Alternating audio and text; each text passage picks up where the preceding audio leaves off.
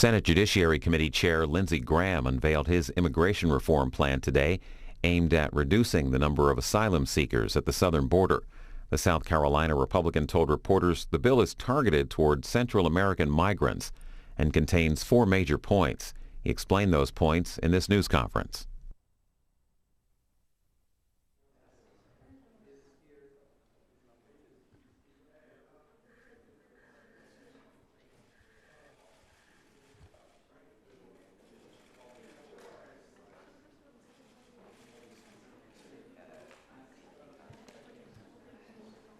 Thanks, everybody.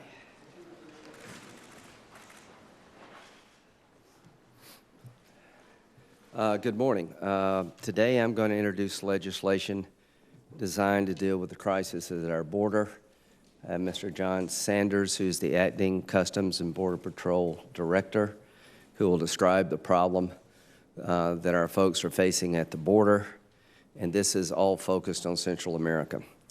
There's been a 64% increase in people apprehended at the border family units. Before, it would be a lot of young males trying to illegally cross into the country. Now we see people coming as family units. The number of asylum claims coming from Central America is going through the roof. The number of unaccompanied minors coming from Central America is going through the roof. And he will tell you about the problem in terms of capacity to deal with the issue. What I'm trying to do is explain how to stop the flow from Central America to regain control of our border and stop a humanitarian crisis that I think is just going to get worse over time. One of the most important things I can stress to you is that people are trying to get caught. They're not avoiding getting caught. So when we talk about building a wall as Republicans, that makes sense to stop illegal entry into the country, try to direct people into areas where we have a better chance of apprehending them. That doesn't work when the goal of the person is to find a Border Patrol agent and turn yourself in. I'm in charge of foreign assistance in the Appropriations Committee. I actually created the Alliance for Prosperity, a $750 million account working with Vice President Biden to provide economic assistance, deal with corruption, and enhancing security in the Northern Triangle countries. You could triple that amount of money and not stop this problem. So to those who want to give more money to Central America, it won't stop the problem. They're going to keep coming to the United States because life is better here than it is there. And no amount of money is going to stop people from coming. No matter how high the wall will be built, no matter how many drones you have, no matter how many agents you put at the border, they will keep coming because they want to get caught. And here's what's happened when they turn themselves in. If you're an unaccompanied minor from Central America, under our law, we can only hold you 20 days at DHS. Then we turn you over to Labor HHS. 98% of the unaccompanied minors who make it to America from Central America never leave the United States. So families know this. Word is out on the street in the Northern Triangle countries that if your child can get here by themselves, then the chance of them staying in America is almost 100%. We're incentivizing a horrible journey. We're providing incentives to people to send their children by hiring a smuggler through hell to get to this country. And only God knows what they go through to get here. Under our law, if you come as a unit, family unit, and you have a minor child, we can only hold the family for 20 days because we don't want to separate the family. We don't have enough detention bed space. We release the entire family after 20 days. So word is out on the street in Central America that if you bring a minor child with you, your chance of being deported goes to almost zero. Your hearing date is years away, and we release you inside the country, and that's the goal of coming. So this legislation is going to deal with the problem that Mr. Saunders is about to describe. I do 4 things that are required to stop this humanitarian crisis and threat to our sovereignty. In the future, you can apply for an asylum from Central America, but you have to do so in an American consulate or embassy in your home country, and we're going to try to set up a facility in Mexico. No more asylum claims at the U.S. border if you're from Central America. If you're an unaccompanied minor, we're going to change the law to allow the minor to be sent back to their home country in a safe and secure fashion, as if the minor child was from Mexico or Canada. There's a loophole in our law that we're going to close. Instead of having 20 days to process a family with a minor child, we're going to increase it to 100 days so that the family can be detained humanely and we can get the claim processed and not have to release them into the country. We're going to hire 500 new immigration judges to deal with a 900,000 person asylum backlog to clear the backlog. If we'll do these 4 things, then the incentives that's created by our laws will cease to exist. This humanitarian disaster will begin to repair itself, and I'm willing to sit down with Democrats to find a way to address the underlying problem in Central America.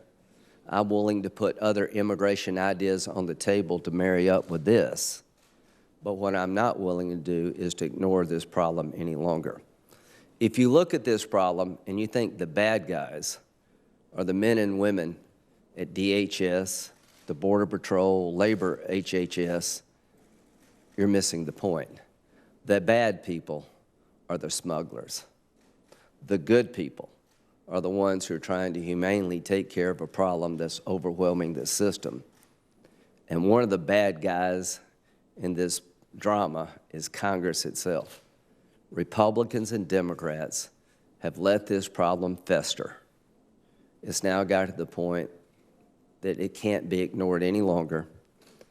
I support comprehensive immigration reform, did in the past, will in the future. But the situation we have on the border today is horrible. It's unimaginable that it can be sustained. And my solution will stop the problem. And I am willing to work with Democrats to do some things they want to do, but the status quo must stop. And to give you a better explanation of what our nation faces from this crisis, John. Good morning. I would like to start by saying I am proud to be here today representing the men and women of Customs and Border Protection. Our agents and officers are well-trained, experienced, and compassionate law enforcement professionals. For months, these men and women have faced a crisis that poses unprecedented humanitarian and operational challenges, unlike anything they have encountered. Never before has the United States Border Patrol experienced a situation where agents spend more than 50% of their time caring for families and children, providing medical assistance, driving buses, and acting as food service providers.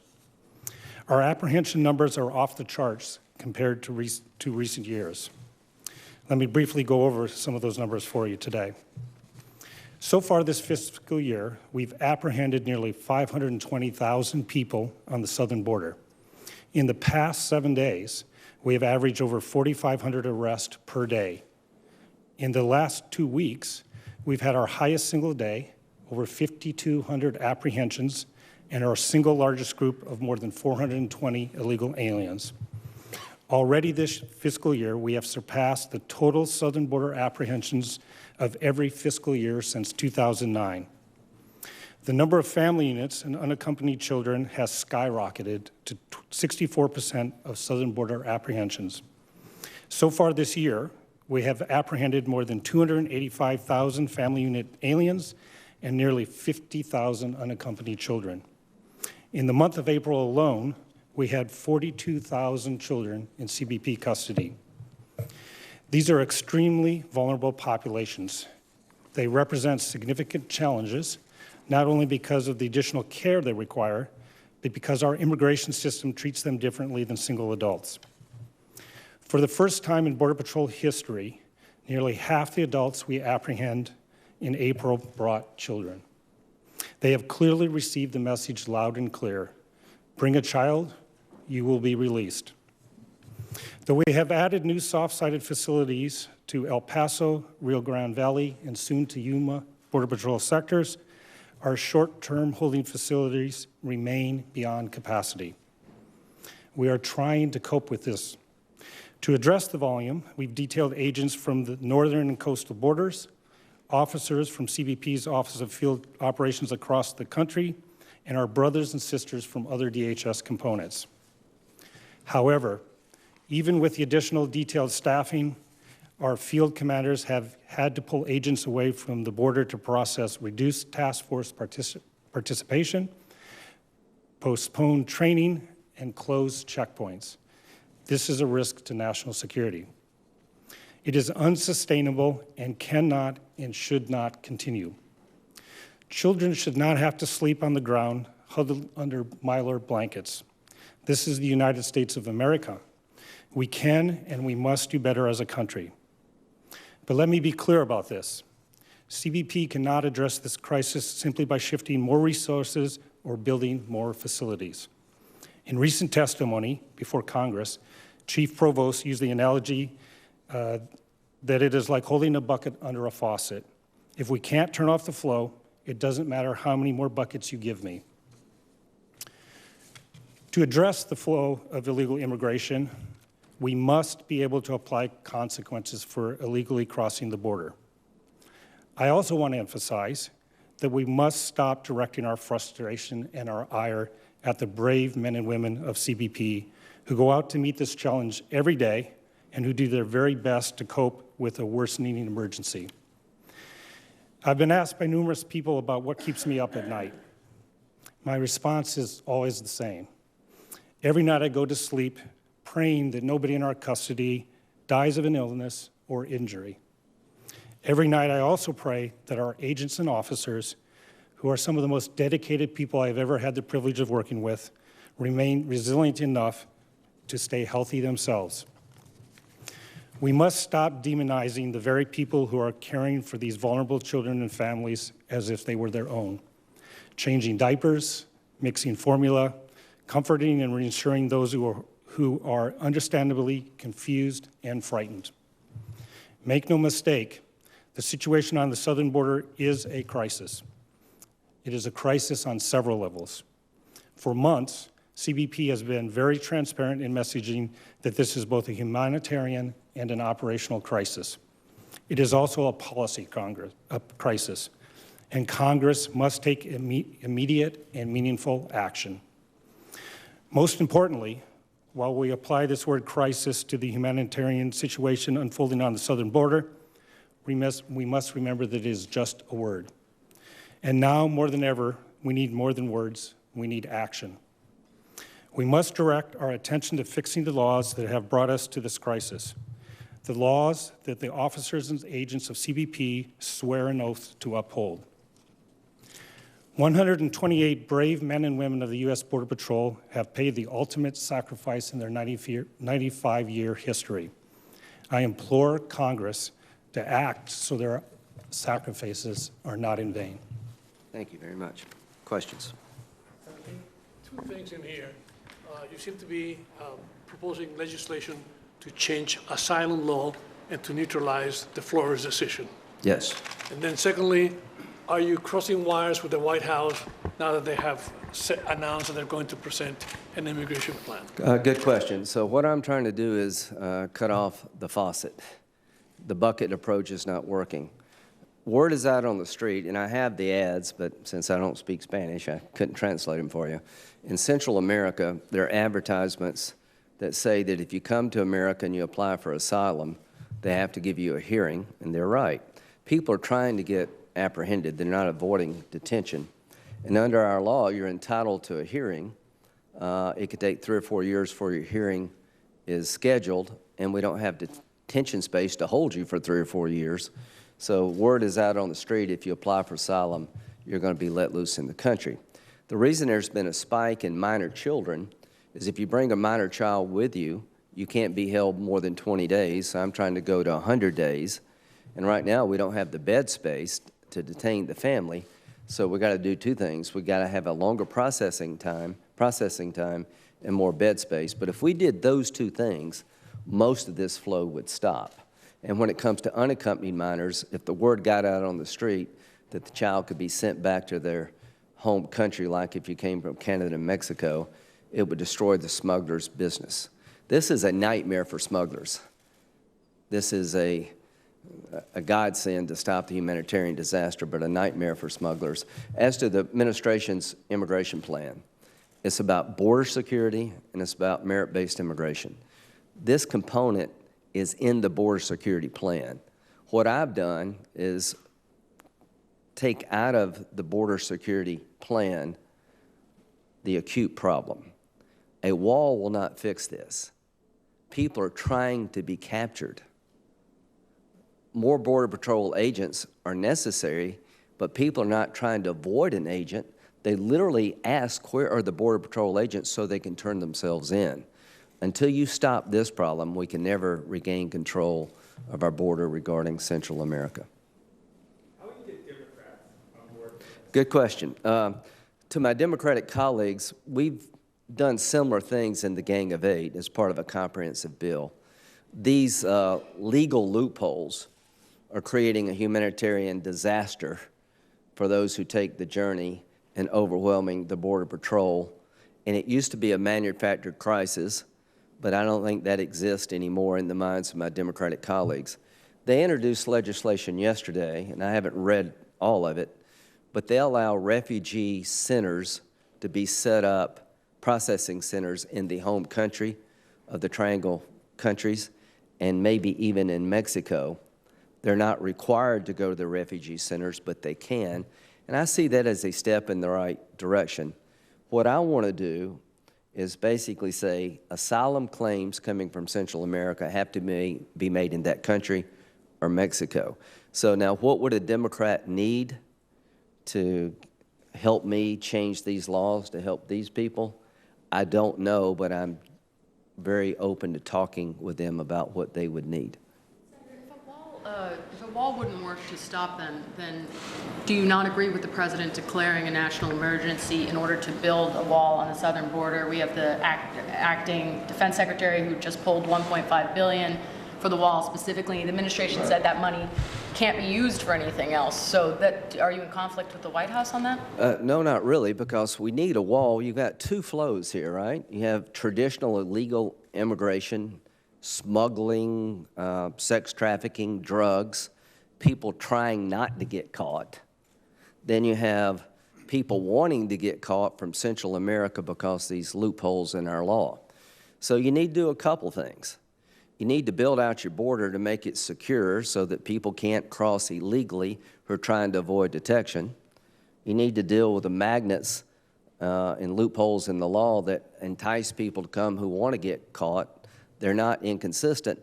But when Democrats say we need to invest more in Central America, I will say, yes, you're right, but there's not enough money in the world that's going to stop this as long as the laws entice people to come.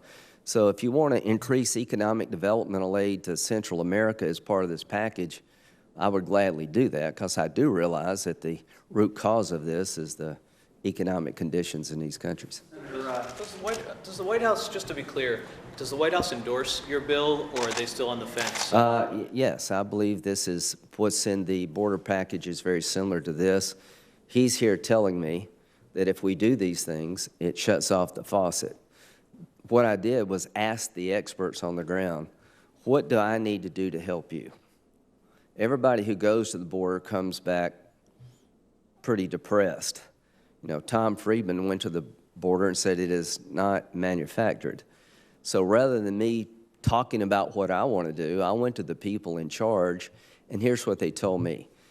We've got more asylum claims than we can process, 900,000. Help me with the backlog. 500 judges. We've got to change the laws so that they have to apply for asylum in their own country because we can't accommodate the asylum claim because we're full, basically. And they also said the minor child problem has to be addressed.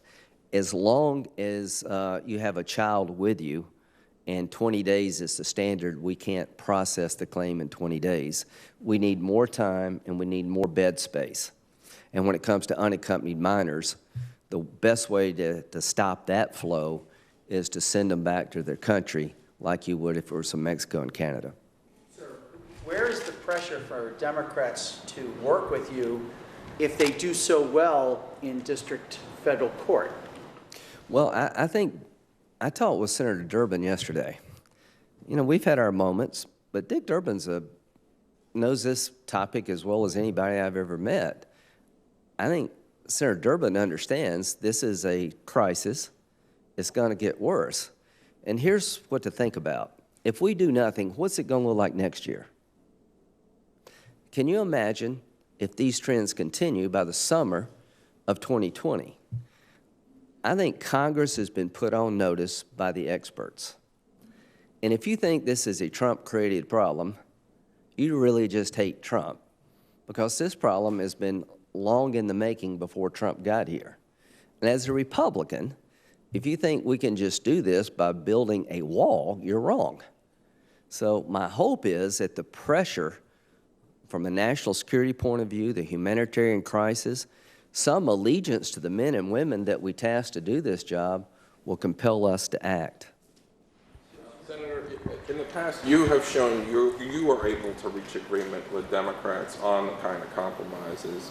But every time the administration has gotten involved in these immigration discussions the last 2 years, it's ended, as you've talked about, in a train wreck, either a government shutdown or failed votes on the Senate floor.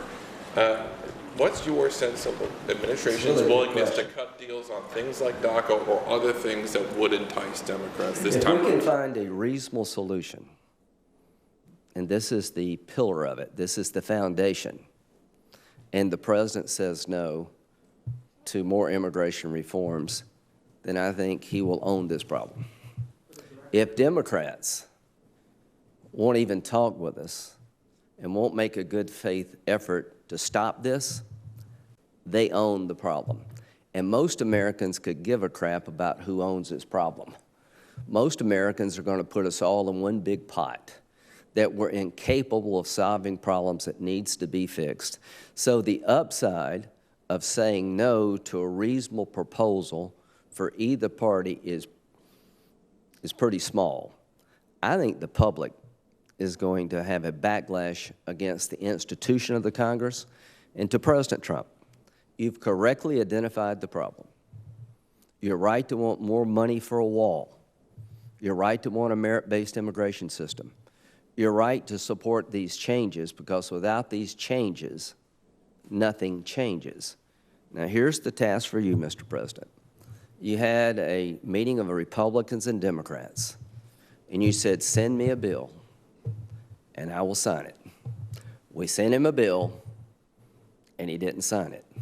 So I am urging the president to lead us to a solution. I'm urging my Democratic colleagues, in spite of your dislike and displeasure with this president, find a solution to this problem quickly. Senator, you were briefed on the precedent. No, her. Thank you, I appreciate it. Senator, what would you say to your Republican colleagues who may not want to compromise with Democrats in order to find a solution to this problem? To any Republican who doesn't want to find a solution, then you own the problem. Then you need to go back to your states and your district and explain how you're going to fix this problem without a Democrat. And to a Democrat. Yeah.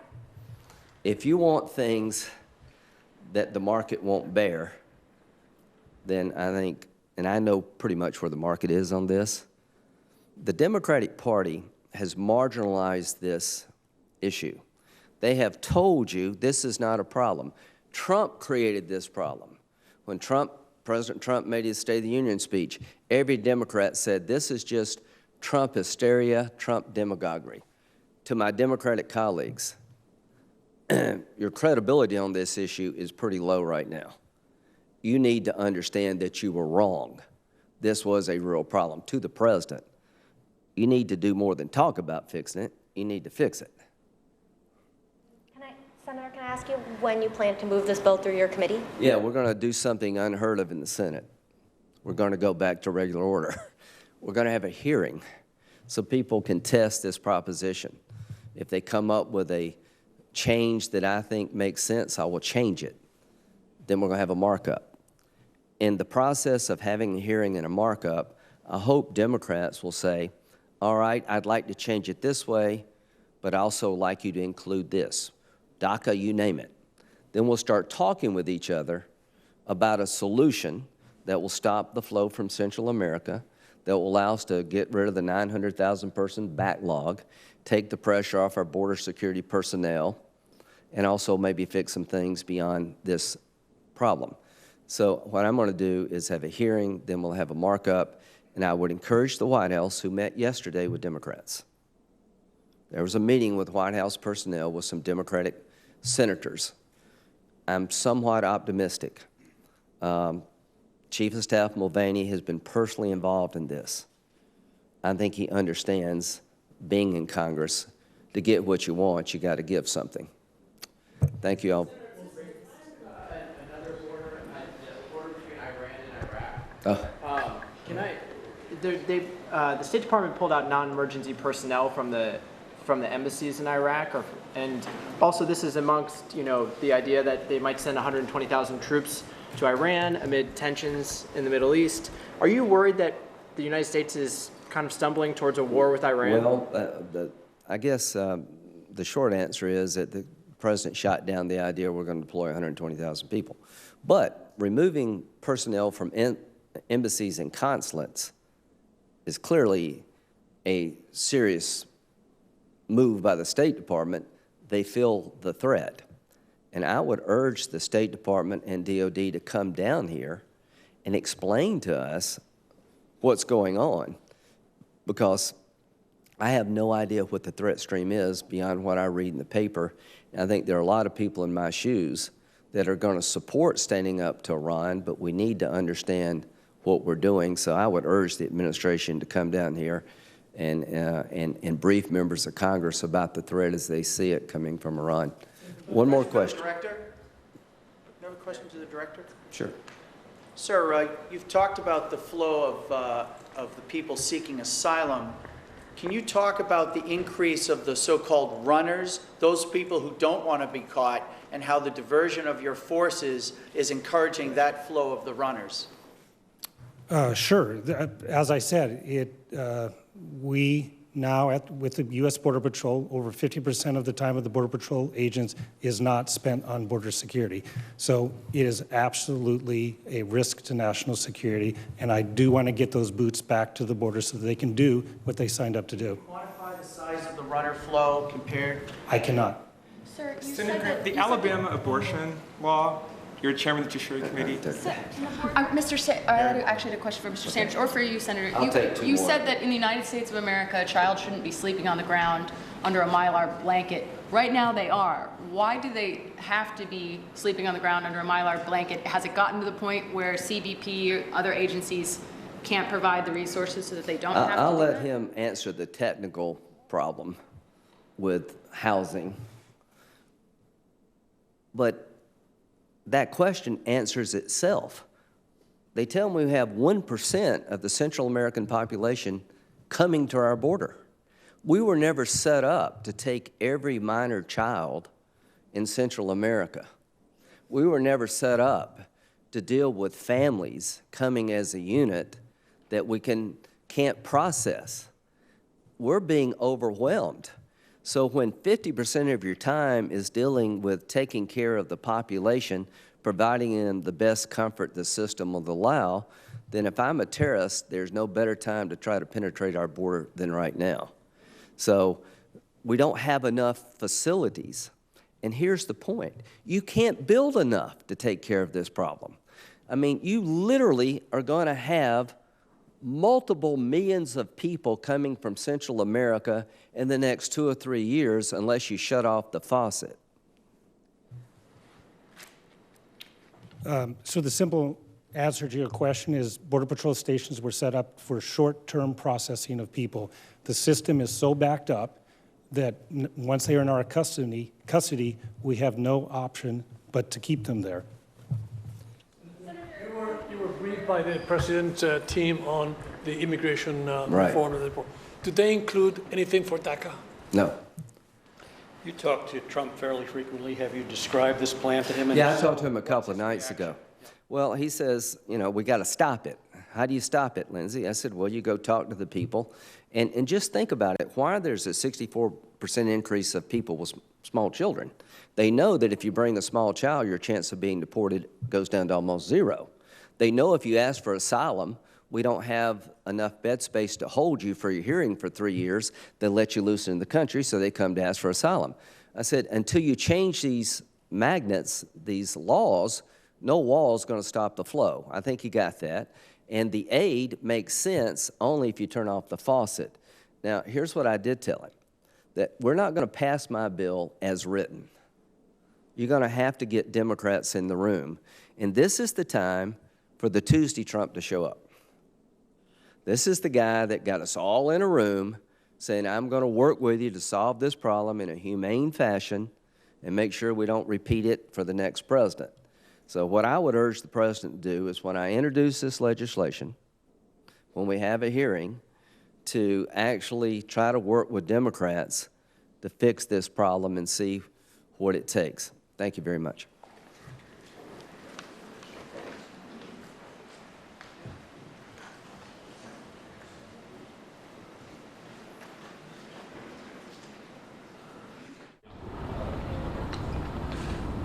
I have to be on the floor in just a minute, so. Senator Graham introduced a plan to deal with the asylums and migrants at the border. Have you seen any of it? Have you talked to him? And what are your thoughts? Will you be able to work with? It's my understanding that Senator Graham's proposal is the White House proposal. And I know that it's going to be closely scrutinized. We want to make sure that there is humanitarian treatment of those who present themselves at our borders.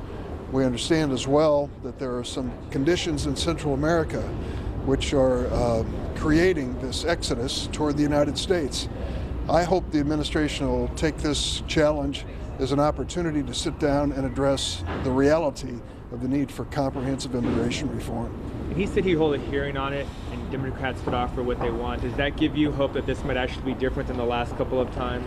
Well, there have been so many aborted efforts when it comes to immigration reform under this president.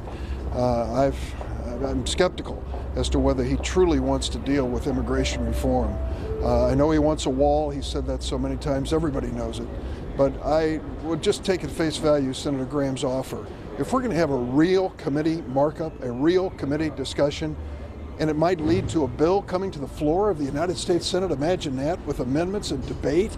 People would actually vote on the floor of the Senate on something other than a McConnell judicial nomination. What a breakthrough.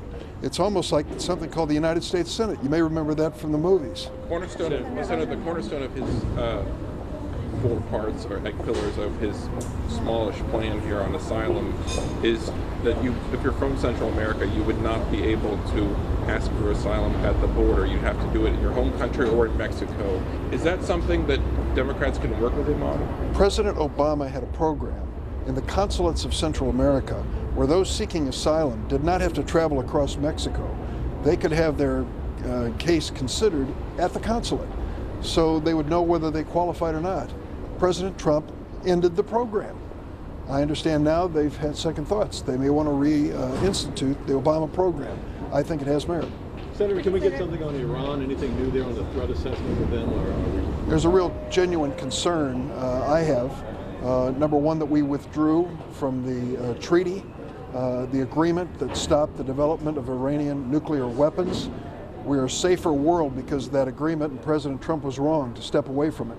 Secondly, we continue to be concerned about the role of Iran in the Middle East, particularly in Yemen, and their attacks, cross-border attacks by the Houthis against the Saudis. The situation is not getting any better. And I would say the president's beginning point on this was just plain wrong. We ought to make sure for certain that the Iranians do not develop nuclear weapons.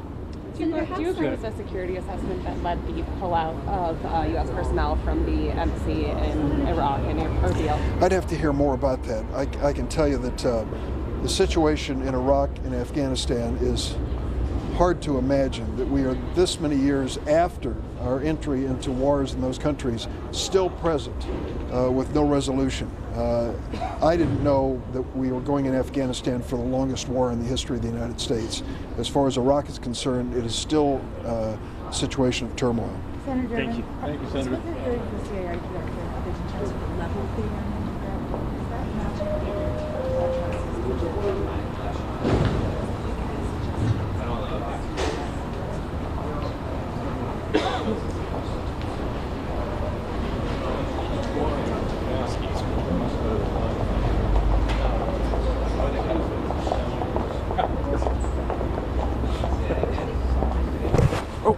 Oh, now you did it.